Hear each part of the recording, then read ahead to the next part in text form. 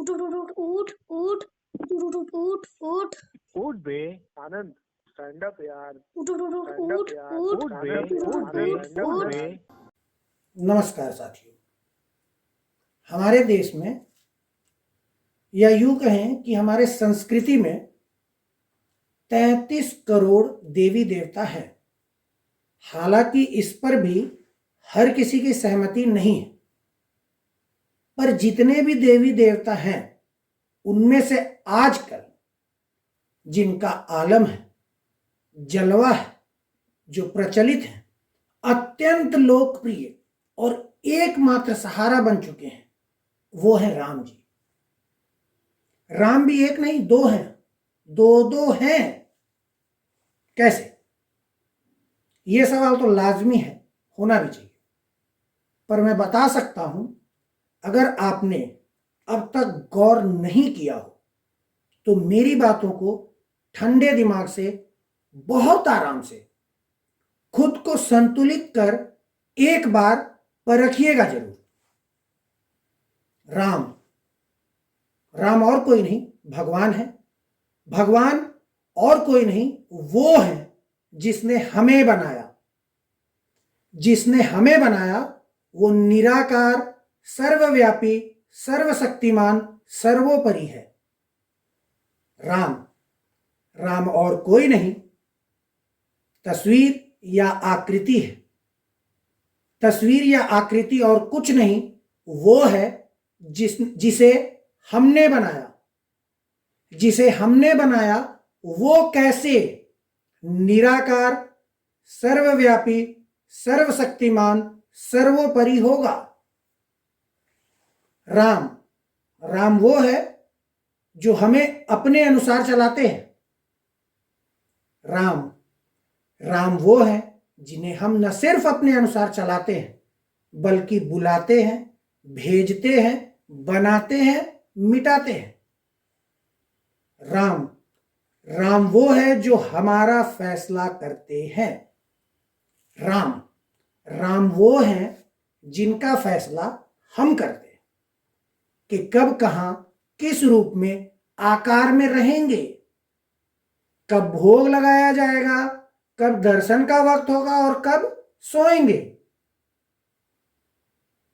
राम राम वो है जिन्होंने हमें सब कुछ दिया। राम राम वो है जिन्हें हम घर देते हैं, पैसा देते हैं, फल, फूल, मिठाई आदि न जाने कितनी ही चीजें देते हैं। और तो और प्राण भी हम ही देते हैं। भगवान को कुछ देने की औकात है इंसानों की? किस राम को पूज रहे हैं आप? मैं बताता हूं। वो राम पूजे जाते हैं जिन्हें पहले शिल्पकार द्वारा बनाए जाते हैं, फिर दुकान में बिक्री के लिए सजाए जाते हैं, फिर मोल मुलाकर खरीदे जाते हैं, फिर यदि घर में ले जाए गए तो वहां कैद करके पूजे जाते हैं, और मंदिर ले गए तो वहां भी कैदी बनाकर प्राण प्रतिष्ठा के बाद पूजे जाते हैं। यहां फिर से दो राम हो गए, एक बिना प्राण प्रतिष्ठा वाले और एक प्राण प्रतिष्ठा वाले। भगवान क्या खरीद बिक्री के लिए है? जो खरीदा या बेचा जाए वो पूजनीय कैसे हुआ? भगवान क्या किसी कोठरी या महल में कैद करने की चीज है? एक आलीशान महल में खुद भी कितने दिन रह सकते हैं आप, पर भगवान को पीढ़ियों से रखते हैं और शर्म दया कुछ नहीं आती। भगवान को कौन छू सकता है, यह फैसला हम करते हैं। कौन मंदिर जा सकता है, यह फैसला हम करते हैं। भगवान के दर्शन करने के तरीकों को निर्धारित और नियंत्रित भी हम करते हैं। किसे वीआईपी बनाना है, हम तय करते हैं, और कितने में वो वीआईपी बिना बाधा के स्पेशल दर्शन करेगा, ये भी हम तय करते हैं। प्राण प्रतिष्ठा के बाद भी भगवान हमारे इन अपराधों के लिए हमें दंडित नहीं करते।